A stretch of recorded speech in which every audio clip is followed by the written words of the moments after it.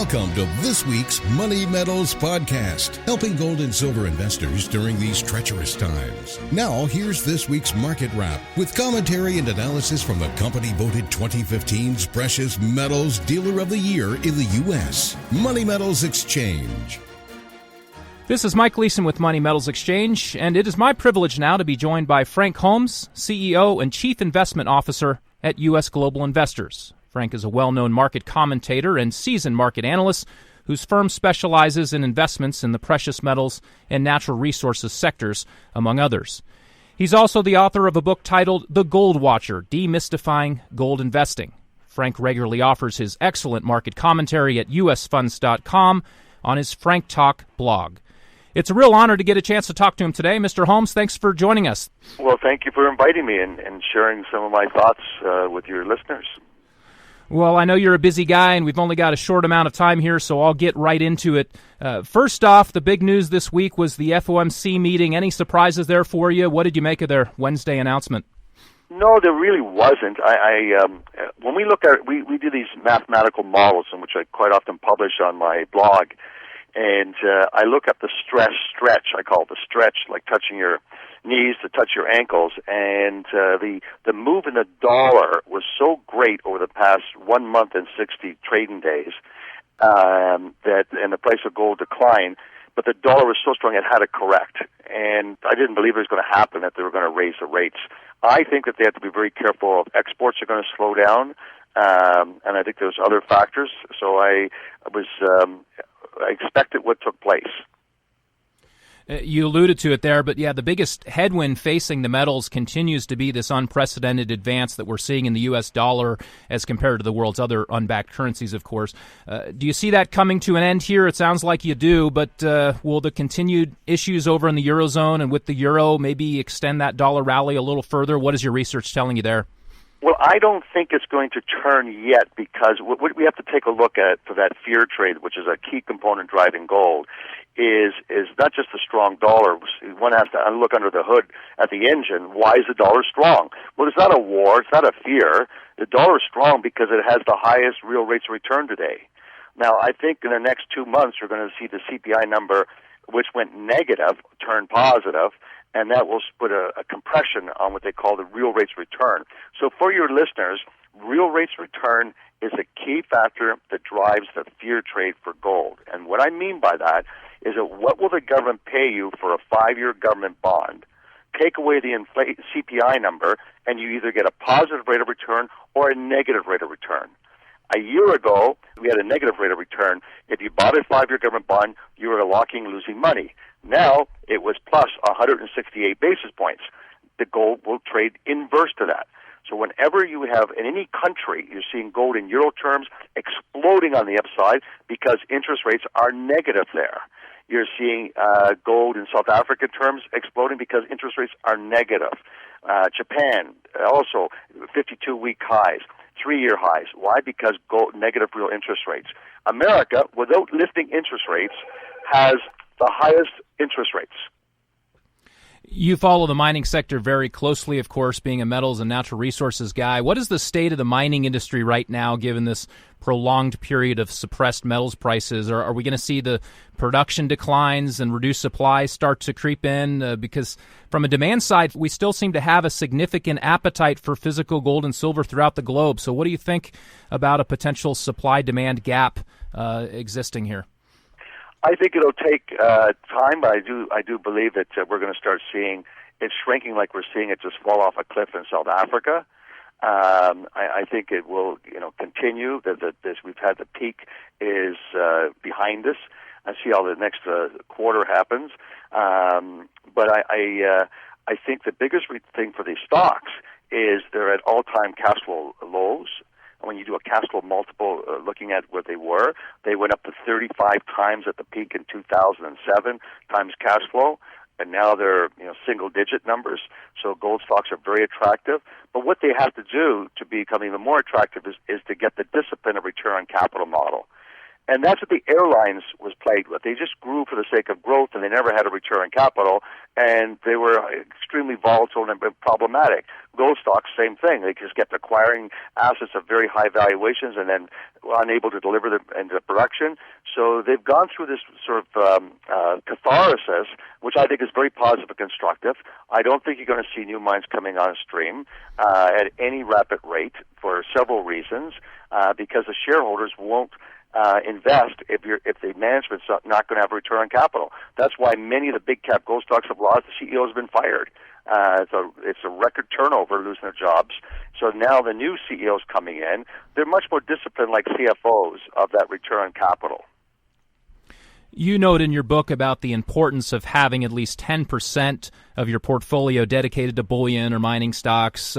From our experience, we've found that most people, even those who recognize the importance of having at least some tangible assets in their portfolio, are significantly underweighted in the metals. In fact, the vast majority own none at all. First off, why do you think that is? Well, the Federal Reserve doesn't keep other countries' currencies.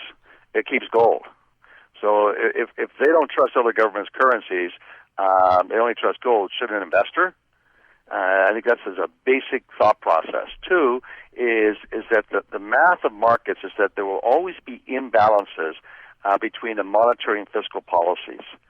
So when we had gold run to $1,900, you had minus 300 basis points on a 10-year government. I mean, it was unheard of, and since then it's turned positive. That's why gold has corrected.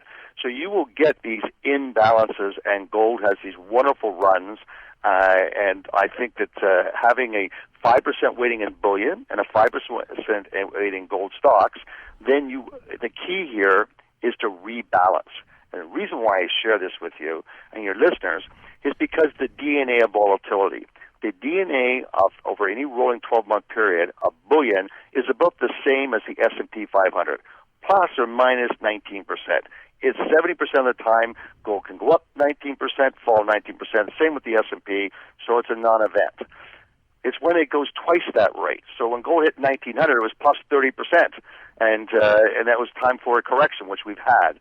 Now, gold stocks are a different animal. They have a plus or minus volatility of 38%.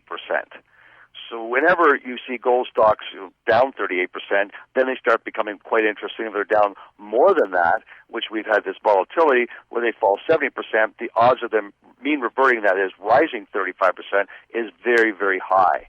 So what happens is that when you have this rebalancing, you end up catching that volatility. You end up taking your profits of your stock market and your bonds, you buy a little bit of gold. Gold has a great rally, then you take the profits from there and you put it back into your bond portfolio and to your general equities. That's the magic of that rebalancing. Do you find that the general investing public is receptive to this idea of having at least 10% weighting in gold and gold stocks? What are you finding there? Is it a tough sell now, given the last few years, or are more people opening their eyes to it, given all the issues with the currencies around the world? Yeah, I think it's always been a challenge for mainstream to go into the gold space. I think the big play that we had leading up to 2007 was from hedge funds putting big billions of dollar bets on the GLD, and that woke up a lot of other investors. And I think that was the big trade there that took place. And they were very much on the negative rates of return. Whenever the dollar had negative real rate of return, they increased their gold exposure. The dollar starts turning positive, they decrease their gold exposure. But for that retail investor, I think that a lot of them follow moving averages. I think that if gold's above the 50-day moving average, then they get a little warm towards it. If it's above the 200-day, then they want to have exposure to it. Vice versa, when it goes below the 50-day, they become frightful and they're out. So it seems that using trend analysis and moving averages and looking at fund flows of the GLD, you can see money going in, money going out, all based on the 50-day moving average. I would think that given the undervalued metals markets and the seemingly overvalued and maybe frothy equities markets, that now may be a great time for somebody to take you up on your investment advice to have that sort of portfolio balancing. Am I right there? Oh, totally. I mean, I've always advocated it, and the magic is to have that 10% weighting. And if you're not going to go buy, gold coins, then you should be looking at, or GLD, looking at buying state gold jewelry. You can get great prices. I was just in New York City, and you can basically get a very low markup, whereas if you go buy new gold jewelry, you end up paying a 400% markup. So there's lots of opportunity in that secondary market, and you can collect beautiful gold coins on these down days. And we saw last year a lot of very smart Americans were huge buyers of silver coins, and the Canadian Mint had record sales. I think they sold 27 million 1-ounce coins in the U.S. Yeah, and the U.S. Mint, of course, set records last year once again for Silver Eagle sales as well. Yeah, silver is definitely the metal of choice among the casual investor for sure. Well, Frank, what are you looking for the remainder of the year in the gold and silver markets? Will we finally see an exhaustion of this long corrective period in the metals? And on top of that, what is it going to take to get the metals going again? What's going to take it is the love trade. The rising GDP per capita in China and India is very important. We have huge dollar cost programs that are in China today. The World Gold Council has been extremely successful, where people put and buy a gram of gold every month, and they have I think 20 million was one number that I'd heard had signed up for this program, and it's very, very correlated with their GDP per capita. So it appears that the GDP per capita, in fact, China was a pivot point last year, surpassed the U.S. Now, their GDP as a macro number is far, far behind the U.S., but on a per-person basis, it has been growing, and we're seeing Chinese have exceptional demand. In fact, the Chinese consumed all the world's gold supply from mines last year. And then we have central banks coming in and buying. So any liquidations coming out of the GLD or any bricks of gold we're finding that are moving from the U.S., big bricks, over to Switzerland, being melted down to smaller coins, and then showing up in China, going through the Shanghai. And the Chinese have done an interesting financial district they created in Shanghai, a tax-free zone, so that they're going to become the market makers, not the what they call the price makers, not the price takers. The London Gold Exchange is moving, and I think that that's their vision. So there is a tectonic shift taking place, and it's gradual. It doesn't happen all in one event overnight. But I think that when we start seeing the rise in China and India with their GDP per capita rising faster than it was, like back when it was 2006 and 7, that growth rate, we'll see a big surge in that gold demand from that end. We're also seeing central banks. What you're not seeing and where the selling's been is predominantly people playing this negative interest rates to positive interest rates. Do you expect the sideways action to continue here in the metals over the intermediate to long term or through the remainder of the year? I think we'll see lots of action in the second half of this year. And the interesting part, I think gold has actually held up exceptionally well if you use the gold to oil ratio. I mean, the oil drop has been significant, and there's always been a trade of hedging oil petrodollars back into gold. I think the difference here on that big trade when it happened in the 80s is that we had 3 billion more people on Earth. Under President Reagan, when oil had such a big slide, like we just recently had, the difference is that this is showing up as a tax break around the world. The Americans' ingenuity and innovation in fracking has led for us to a big surplus, so we're so price competitive, but this drop in oil is a $500 billion tax break to emerging countries. And I think that in the second half of this year, we'll start to see that economic growth. Last point for you. Mesquite Gold Mine in California, they said that the drop in oil prices impacted them by $11 million of free cash flow. One mine. That's how much diesel they were using. Yeah, when you look at it against the backdrop of the big oil correction here, gold has definitely held up pretty strong. It will certainly be interesting to see this all play out. Before we let you go, Frank, can you tell our listeners how they can follow your commentary and also learn more about U.S. global investors if they're interested? Sure. Go to usfunds.com or phone 1-800-US-FUNDS, usfunds.com, and you can sign up for the Frank Talk blog and Investor Alert. We have about 40,000 readers in 180 countries. We publish every Friday night, and we do a SWOT analysis. That is, we look at the strengths and weaknesses that impacted asset classes like gold last week, and then we forecast what could be an opportunity to threat next week. And this seems to have the biggest following. It's always succinct, but it's comprehensive. Well, yeah, I can vouch for the great content that's there, and it's been great chatting with you. We appreciate your excellent insights, and I definitely hope we can do it again in the future. Thanks very much for joining us. Thank you for the opportunity. Well, that will do it for this week. Thanks again to Frank Holmes, CEO of U.S. Global Investors.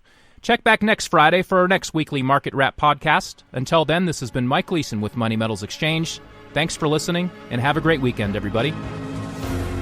Thank you for joining us for this week's Money Metals podcast. Be sure to come back next week. And don't forget to subscribe to our podcast through iTunes for answers to all of your questions, or to discreetly and securely buy or sell gold or silver coins, bars, and rounds. Call 1-800-800-1865 or visit www.moneymetals.com. Our knowledgeable and no-pressure specialists are standing by between 7 a.m. and 5:30 p.m. Mountain Time, Monday through Friday. Or you can lock in your order online 24 hours a day, 7 days a week. Again, visit us at www.moneymetals.com or call 1-800-800-1865.